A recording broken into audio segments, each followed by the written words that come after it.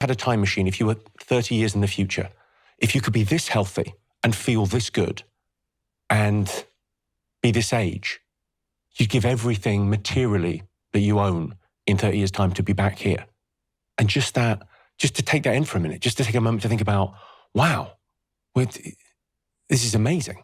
What does that inspire in terms of behavioral change in the moment? Well, I think it's that thing of like, I think gratitude is such an important virtue. And people talk about gratitude practice, and it does take some practice. And it often takes it's like a way of reframing the way that you see the world. So I think that we suffer in the West a little bit from life dysmorphia. You hear a lot about body dysmorphia or gender dysmorphia. We've got life dysmorphia. A lot of people think their life is terrible because there's kind of the hedonic treadmill. You get used to how great your life is. No one had a hot shower until 50 years ago.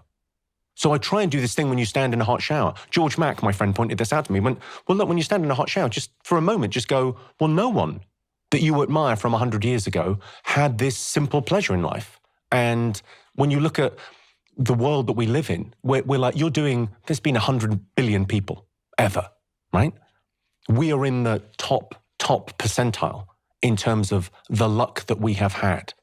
The lives, like the calorific intake that we just take for granted, the fact that our children don't die, in the first year, the modern medicine and our lives and the entertainment that we get. We're living like kings.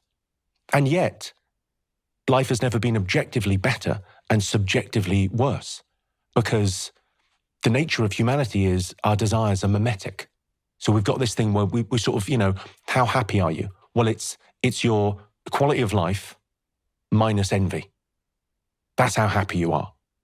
And it's easy to look at everyone else and how they're doing and not take pleasure in what you have.